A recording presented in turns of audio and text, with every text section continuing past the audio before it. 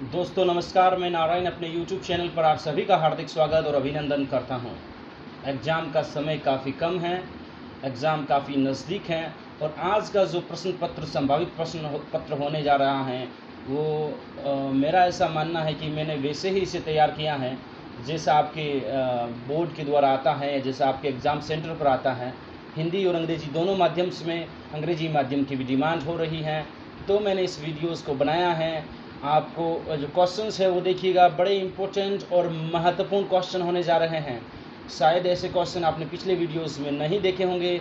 Videos को ध्यान से देखना, चैनल सब्सक्राइब करना, शेयर करना और कमेंट करके ज़रूर बताना कि मेरे द्वारा पहुंचाई जा रही हेल्प आपको कैसी लग रही है। मैंने अपने स्तर पर बहुत कोशिश की है।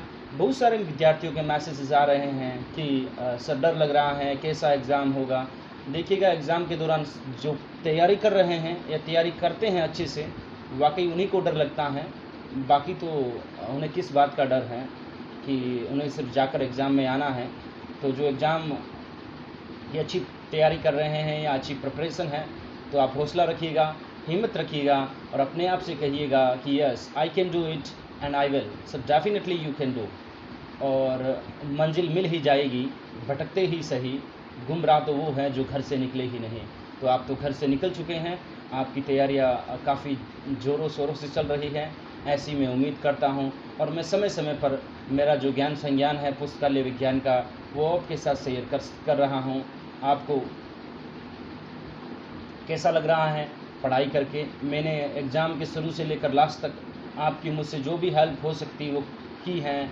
इसके आगे जो आने वाले फ्यूचर्स के एग्ज़ाम हैं, चाहे वो KVS का हो, चाहे वो NVS का हो, चाहे नेट का हो, मैं सभी एग्ज़ाम में समान रूप से आपकी हेल्प करूंगा। आप तो चैनल के साथ बने रहिएगा। समय व्यर्थ न करते हुए थोड़ा मोटिवेशन इसलिए क्योंकि विद्यार्थी का एग्ज़ाम नज़दीक है, तो थोड़ा वो कॉन्फिडेंट अनकॉन्फिडेंट फील कर रहे थे, डीमोटिवेटेड फील कर रहे थे या फिर उनमें लैक ऑफ कॉन्फिडेंस था।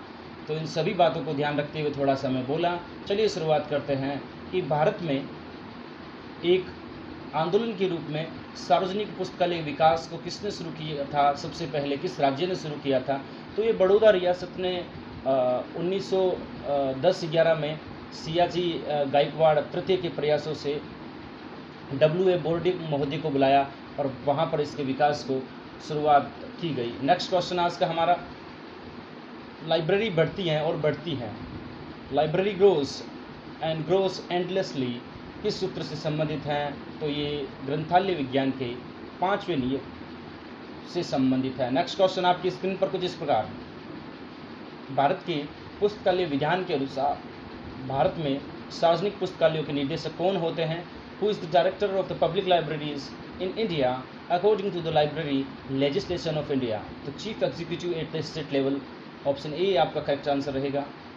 नेक्स्ट क्वेश्चन कि भारत में पुस्तकालय कानून वर्तमान में कितने राज्यों में लागू हो चुका है? कि the number of states in India having library legislation is, तो वो रहेगा 19। तो none of these, option D is your correct answer. Next question है कि स्वतंत्रता के बाद भारत का पहला पुस्तकालय विज्ञान बनाया गया था। Indians first library legislation after independence was enacted in. तो सबसे पहले आपको पता है तमिलनाडु पब्लिक लाइब्रेरी 1948 में अस्तित्व में आया था। और आज़ादी से पहले की बात हो तो कोल्हापुर पब्लिक लाइब्रेरी 1945, ये भी आप याद रखिएगा। कि भारत में पुस्तकालय सप्ताह किस महीने में मनाया जाता है? In India book week is celebrated in the month of, तो ये नवंबर में मनाया जाता है। और लाइब्रेरियन डे है वो 12 अगस्त को आता है। लाइब्रेरी डे है वो 14 नवंबर को आता है। और नेशनल रीडिंग मंथ है वो जून और जुलाई, यानी 19 जून से 18 जुलाई तक होता है। ये सारे फैक्ट्स आप याद रखिएगा।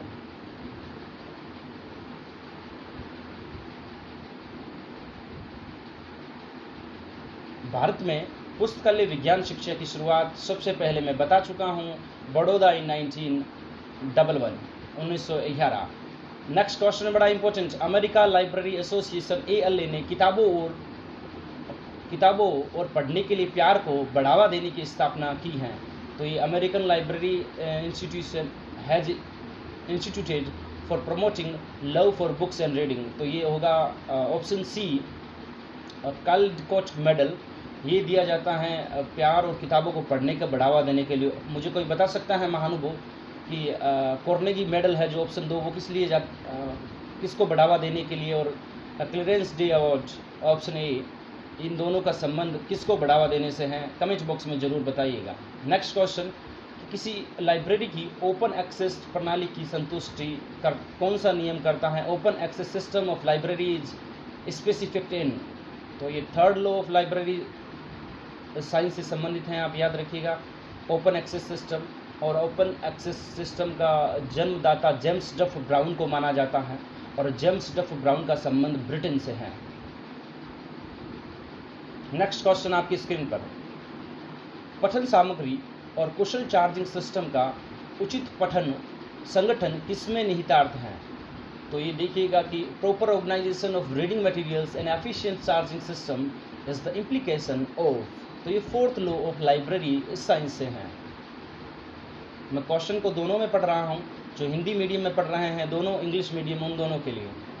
नेक्स्ट क्वेश्चन आपकी स्क्रीन पर, पुस्तकालय विज्ञान में डिप्लोमा को स्नातन की डिग्री में परिवर्तित करने वाला पहला भारतीय विश्वविद्यालय था। First Indian university that converted the diploma in library and information science into bachelor degree was, तो ये अलीगढ़ मुस्लिम यूनिवर्सिटी था, आप सभी को पता है, बहुत बार करवाया जा चुका है। नेक्स्ट क्वेश्चन बड़ा इंपॉर्टेंट है, निश्चित समय के बाद विभिन्न स्रोतों में जानकारी का संग्रह और प्रावधान है। Collection and provisions of information from various sources over a period of time is known as, तो ये लॉन्ग रेंज रेफरेंस सर्विस होगा, ये शॉर्ट रेंज रेफरेंस सर्विस और long range reference service doctor S R. Ranganathan Mohanty द्वारा दी गई थी।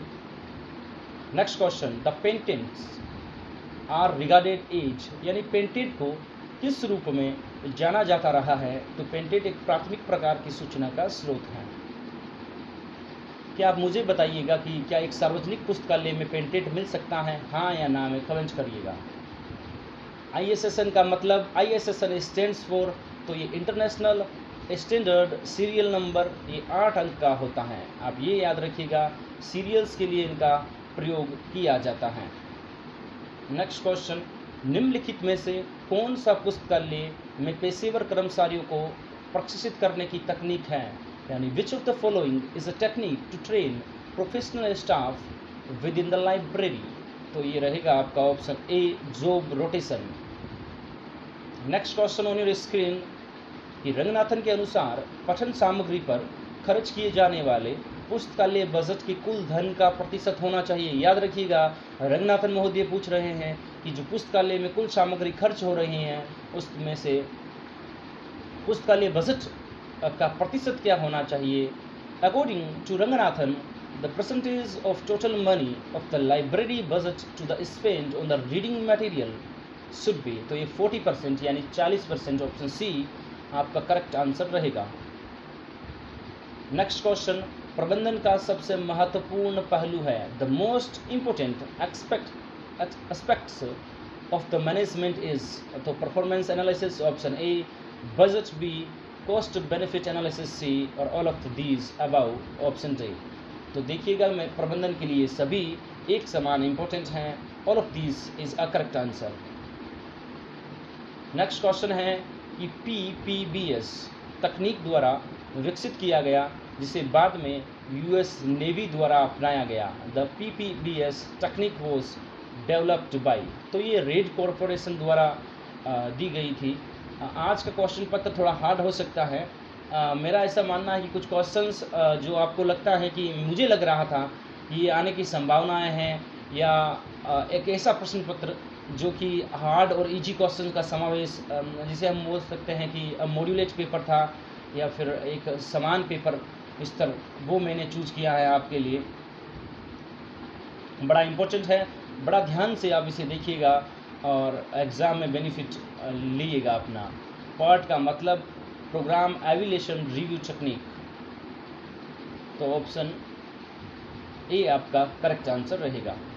Next question, the zero based budget was first prepared in शून्य आधारित बजट सबसे पहले 1970 Peter fire मोहते।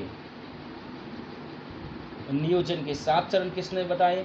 The 7 steps of planning was formulated bye, बड़ा अच्छा और इम्पोर्टेंट क्वेश्चन, हेनरी फेयोल मोहते।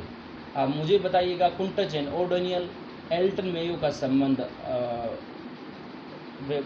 मानववादी व्यवहार से है, ए मास्लो का संबंध मोटिवेशन थ्योरी से है, और कुंटज एंड ओडोनियल का संबंध कमेंट बॉक्स में आपका सभी श्रीमान, सभी श्रीमतियों और सभी जो भी विद्यार्थी देख रहे हैं उनका मोस्ट वेलकम। लाइब्रेरी का सिस्टम विश्लेषण के लिए किया जाता है। System analysis of A library is carried out of, तो डेवलपमेंट, इम्प्रूवमेंट, एवोल्यूशन, यानी all of this correct answer रहेगा आपके लिए। थीसिस इनमें से किसका उदाहरण है? तो कन्वेंशनल डॉक्यूमेंट, परंपरागत डॉक्यूमेंट का उदाहरण है। थीसिस किस प्रकार की सूचना स्रोत है? प्राथमिक, द्वितीयक और तृतीयक। कमेंट बॉक्स में आपका मोस्ट वेलकम। और गाइस, घबराने की कोई ज़रूरत नहीं है, एग्ज़ाम में सभी की तैयारी ठीक ठाक चल रही है। आप मत सोचिएगा कि एग्ज़ाम कैसा होगा, अपने आप पर बिलीव रखिएगा, अपने आप पर विश्वास रखिएगा। जिन लालियों ने अच्छी तैयारी कर रखी है, जिन विद्यार्थियों ने अच्छी तैयारी कर रखी है, उन सभी को डर लग रहा है, बाकी तो सभी समझदार हैं। पुस्तकालय विज्ञान के 5 सूत्र पहली बार प्रकाशित हुए थे। 5 laws of library science was first publication, तो ये 1931। प्रतिपादन इसका 1928 में किया गया था, अन्नामलाई कॉलेज मद्रास चेन्नई तमिलनाडु में, और 1931 में इसका प्रथम बार प्रकाशन हुआ था। शैक्षणिक नेक्स्ट क्वेश्चन है कि शैक्षणिक पुस्तकालयों के लिए यूजीसी से अनुदान कहा जाता है। The grant from the UGC for the academic library is called, तो एडहॉक ग्रांट, अथर्थ ग्रांट कहा जाता रहा है। नेक्स्ट क्वेश्चन की वर्गीकृत कैटालॉग में मुख्य प्रविष्टियों की व्यवस्था किस पर आधारित है? The arrangement of main entries in the classified catalogue is, तो ये रहेगा option C, by a classification scheme. Next question 27 इस प्रकार कि अनुक्रमणिका पत्रिका हमें प्रदान करते हैं। The indexing periodicals provides us, तो ये हमें whole bibliography, description of articles provide करते हैं। नेक्स्ट क्वेश्चन, भारतीय राष्ट्रीय ग्रंथ सूची, Indian National Bibliography, the frequency of Indian National Bibliography is, तो ये मंथली रहेगा। INB की शुरुआत 1957 में हुई थी, ये भी आप याद रखिएगा।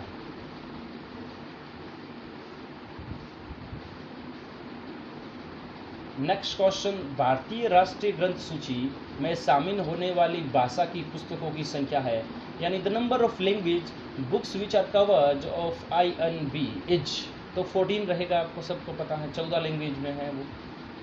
नेक्स्ट क्वेश्चन कि मैप्स, टेबल्स और चार्ट्स आदि के संग्रह को क्या कहा जाता रहा है? The collection of maps, tables and charts etcetera is called, तो ये अपने को पता है एटलस कहा जाता रहा है। नेक्स्ट क्वेश्चन आपकी स्क्रीन पर कुछ इस प्रकार रहेगा कि दस्तावेज का अनुवाद है, ट्रांसलेशन ऑफ डॉक्यूमेंट इज, तो पहले तो ट्रांसलेशन सेवा भारत में निष्क्रिय प्रदान करता है, आप याद रखिएगा। और ट्रांसलेशन लेवा किसी भी प्रकार का सोर्स नहीं है, ना तो प्राथमिक, ना द्वितीयक और ना तो तृतीयक, तो नॉट ए सोर्स आएगा इसमें। नेक्स्ट क्वेश्चन, जो स्रोत मुख्य रूप से मुद्रित रूप में उपलब्ध हैं उन्हें 3333 स्रोत कहा जाता रहा है। The source which are available chiefly in the printed forms are called, यानी जो स्रोत मुद्रित रूप में उपलब्ध हैं उन्हें क्या कहा जाता रहा है? बड़ा अच्छा और इम्पोर्टेंट क्वेश्चन है, आप याद रखिएगा इसके लिए।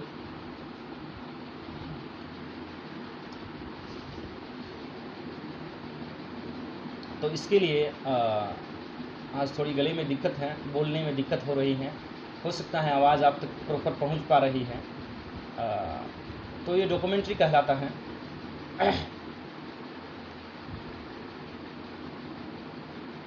पुस्तकालय योजना में संग्रह संख्या किसके द्वारा तैयार किया जाता है? In a library scheme of collection number are devised and maintained bye.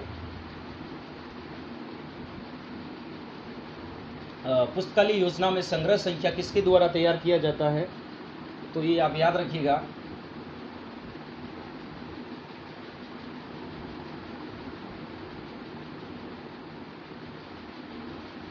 एक सेकंड होल्ड करिएगा आप।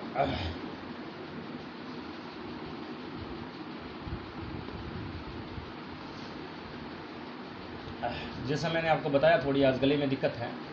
टेक्निकल सेक्शन होगा इसका करेक्ट आंसर। नेक्स्ट क्वेश्चन है, एक डेटाबेस इनमें से किसका संग्रह है? A database is a collection of, तो ये देखिएगा आप, records in machine readable form है, करेक्ट आंसर रहेगा। ई बुक्स का मतलब क्या है? तो any book available in the electrical form. किस योजना में वर्गीकरण के लिए 999 की संख्या मुफ्त अतिरिक्त स्थलीय विषय है? In which scheme for the classification the number 999 is the extraterrestrial subject. तो देखिएगा ये दोनों रहेगा, कोलन और डेसिमल क्लासिफिकेशन। नेक्स्ट क्वेश्चन की एक शीर्षक जो मांगे गए विषय के लिए आंशिक रूप से प्रासंगिक है, a heading which is partially relevant to the subject sought is, तो ये पैनोरामा सब्जेक्ट है, ऑप्शन ए। नेक्स्ट क्वेश्चन रहेगा, कैटलॉग कार्ड जो विवरण के 3 स्तर प्रदान करता है, the catalogue card which provides 3 level of description is, तो तीनों CCC, ACR2 और डिक्शनरी कैटलॉग कोड सही रहेगा, option 4 all of these. Next question, निम्नलिखित में से किस कोड को विषय सूची के लिए पूर्ण संहिताकरण माना गया है? Which of the following code was considered complete codification of the subject catalogue, तो ये हमारे रंगनाथन महोदय का कोड है जो कंप्लीट कार्ड माना जाता है, कंप्लीट कैटलॉग माना जाता है, याद रखिएगा। ये हमारे लिए गर्व की बात है जो कि भारतीय हैं। स्थानों से संबंधित पुस्तकों की सूची है, a catalogue of books related places to, तो ये टोपोग्राफिकल कैटलॉग होगा, याद रखिएगा। नेक्स्ट क्वेश्चन, एक डेटाबेस में सूचना के प्रतिनिधित्व और भंडार को इकट्ठा करने की प्रक्रिया है, तो ये रहेगा अपना इंफॉर्मेशन रिट्राइवल रहेगा। एक डेटाबेस में सूचना के प्रतिनिधित्व और भंडारण को इकट्ठा करने की प्रक्रिया, और इंफॉर्मेशन रिट्राइवल शब्द कॉल्विन मूवर्स ने दिया था, ये Z39.50 से संबंधित है। क्रियाओं का एक कर्म जिसके परिणाम स्वरूप आवश्यक जानकारी प्राप्त की जाती है,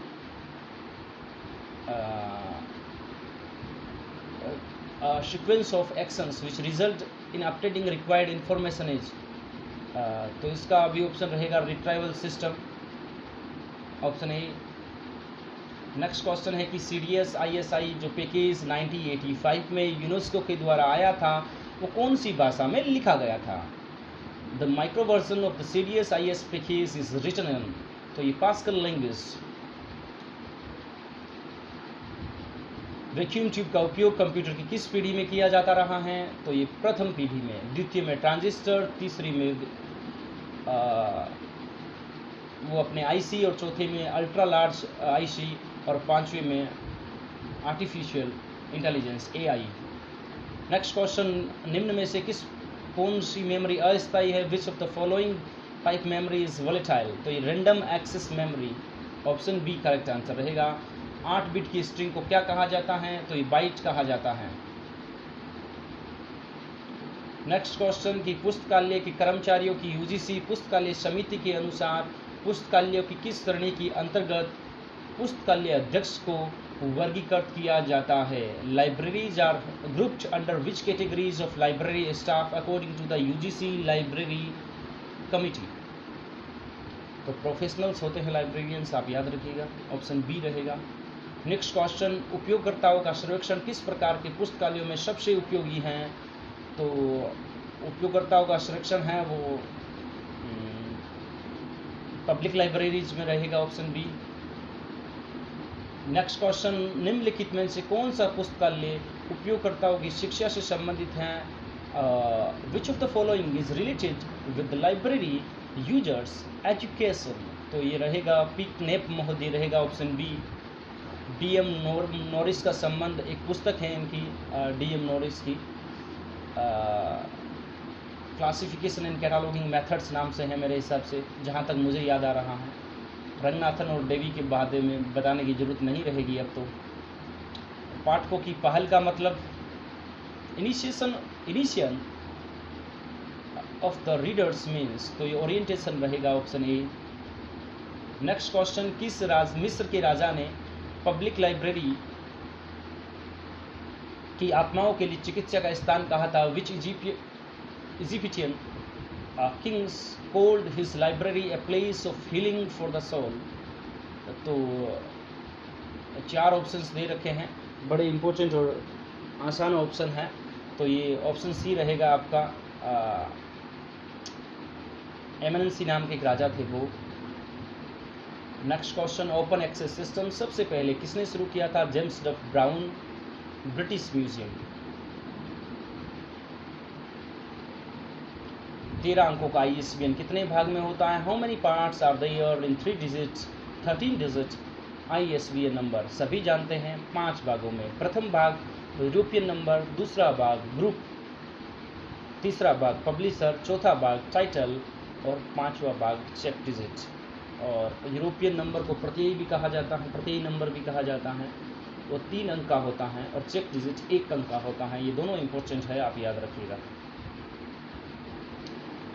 नेक्स्ट क्वेश्चन है आज का हमारा कि किसी विशिष्ट उपयोगकर्ता के लिए सबसे उपयुक्त दस्तावेज को पहचान करने के लिए निम्नलिखित में से कौन सी सेवा निर्दिष्ट है? Which of the following service is designed to identify the most suitable document to a specific user?